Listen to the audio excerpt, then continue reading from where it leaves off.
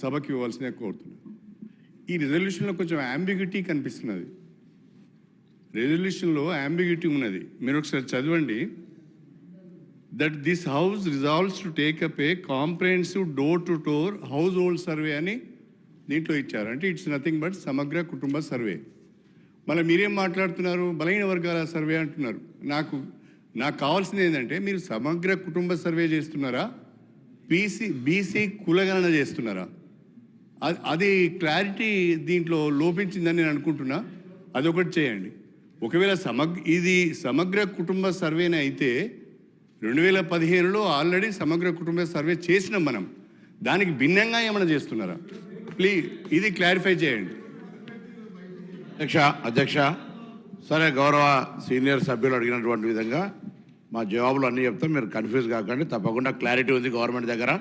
మేము మీ లెక్క కుటుంబ సర్వే సకల సర్వే బొంబాయికి రమ్మని, బస్తుల రమ్మని, ఎక్కడికైనా బుడ్రాయి దగ్గర అన్నట్టు అన్నికి చెప్పినట్టుగా మళ్ళీ మేము వినండి సార్. మీరు చెప్పినప్పుడు విన్నా కదా, మళ్ళీ మీరు ఇంత సీనియర్ సభ్యులుగా మీరు అట్లా మీకుండే కన్ఫ్యూజన్స్ అన్నీ తీసే బాధ్యత మాది. గౌరవ సభ్యులు కూడా మాజీ మంత్రి గారు పాపం 10 ఏళ్ళుగా మంత్రిగా ఉండి ఎమ్మెల్యేగా ఉండి బలహీన వర్గాల గొంతు వినిపించలేకపోయింది కాబట్టి అప్పుడు చెప్పలేకపోయినా ఇప్పుడు చెప్తుండొచ్చు. ఏం చెప్పినా పర్లే, ఎవరేం చెప్పినా వింటాం, జవాబు చెప్తాం.